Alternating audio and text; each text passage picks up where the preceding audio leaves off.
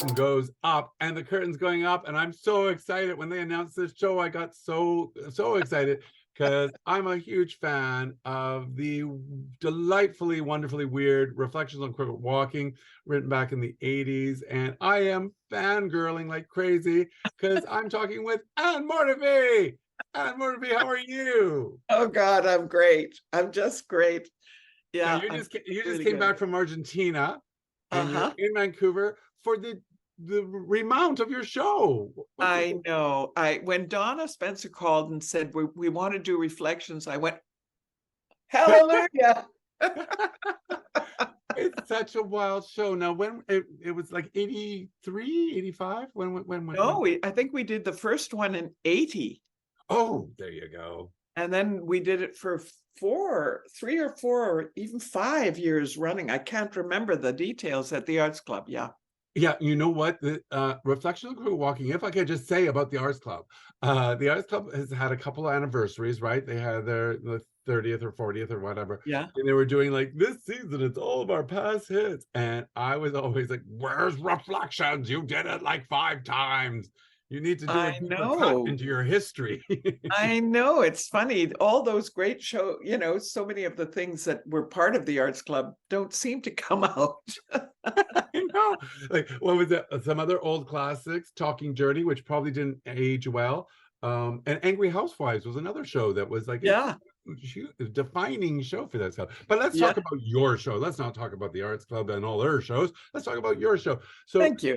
How did Reflections on Crooked Walking come to be? It's such a delightful show. Did you just have an idea and then went, I wonder who might want to do this? Or did they No, I think what happened is that I was going through changes in my life, and I was, at that time, I was really aware that each one of us is on a path. I mean, it's a pathway through our lives. And I took my path pretty like seriously. I felt that, I felt sometimes I was being led into things, like led into music and I had this feeling of another world related to that. I was also at an age in my 20s starting to really see some of the issues in my life that needed some work, and the darkness that came in and the light and the ups and the downs and the this and the that. And and I just started to think about it, and I started to imagine it actually in the forest around which I was living and walking through, and thinking, yeah, there's a path, and dark comes into your light and life. So the first 2 characters that kind of formed were the dark and the light.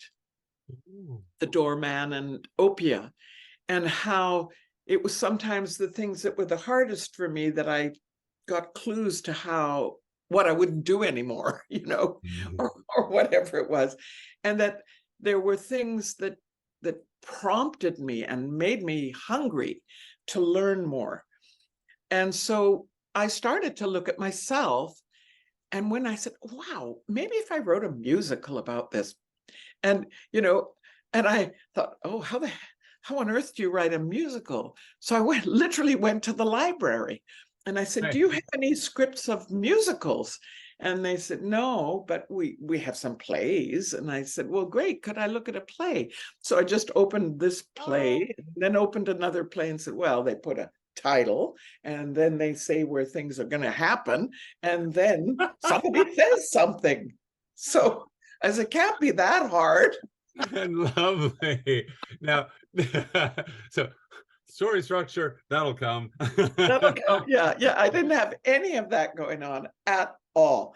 I just knew that, so who were the characters? So originally there was the doorman and Opia. Well, can you do me a favor? Because you and I know the show. Could you quickly just tell us the plot? It sounds like you're about to, but what is the story of all these wild characters?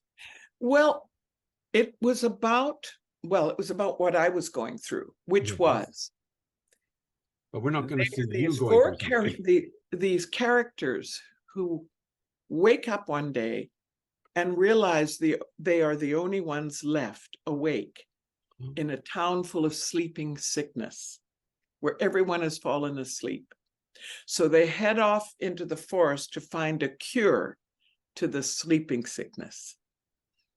And it's about how they collect clues to who are we?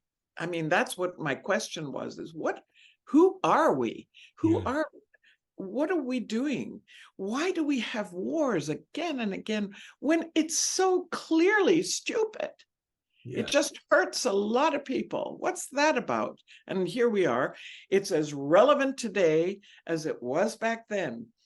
And I think that when I started just with this nebulous idea, but as it moved on and I was working with it, I think what I really got was that there are people who wake up and say, what's really going on here? I mean, why? Maybe I have something to do with it. Maybe if I changed myself, I could help.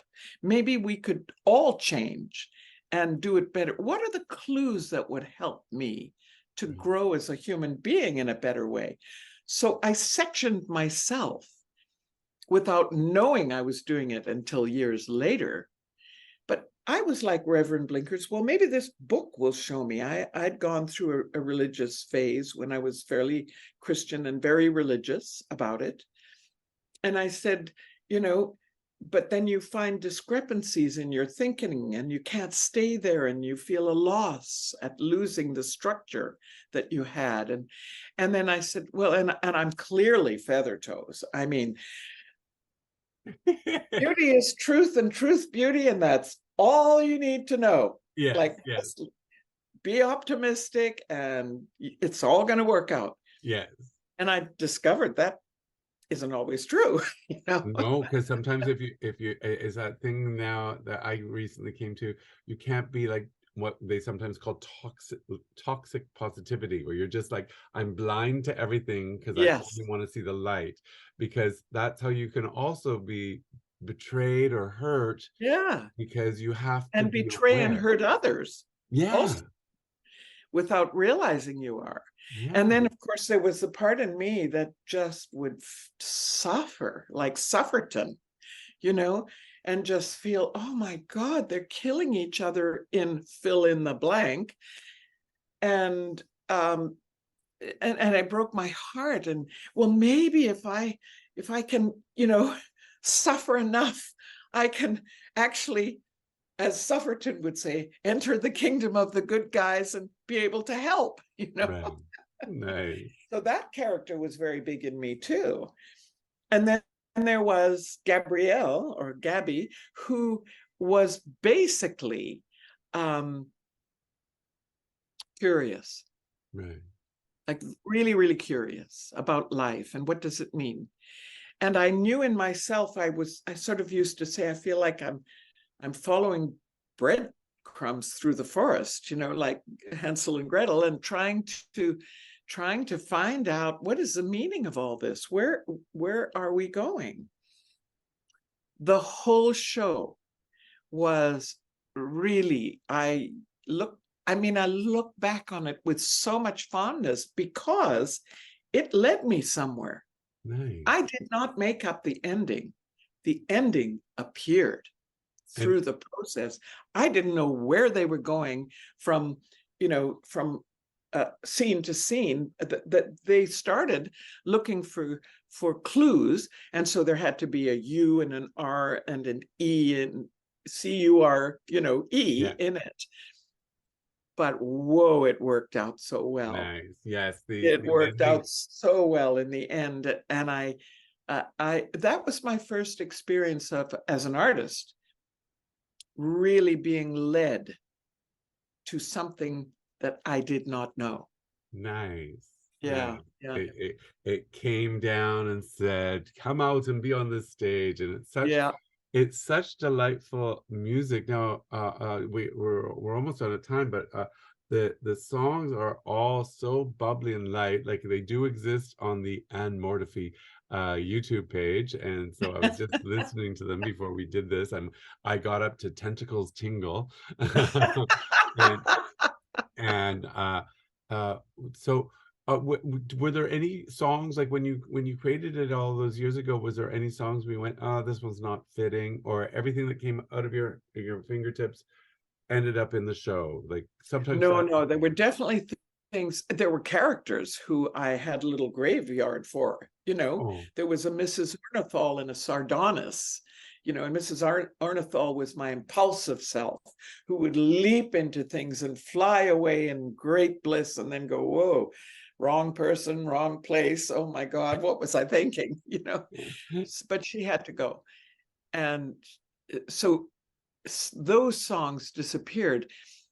But in general, there were songs that I wrote that are actually on the CD that never made in. And one of them was Mrs. Ornithal's song.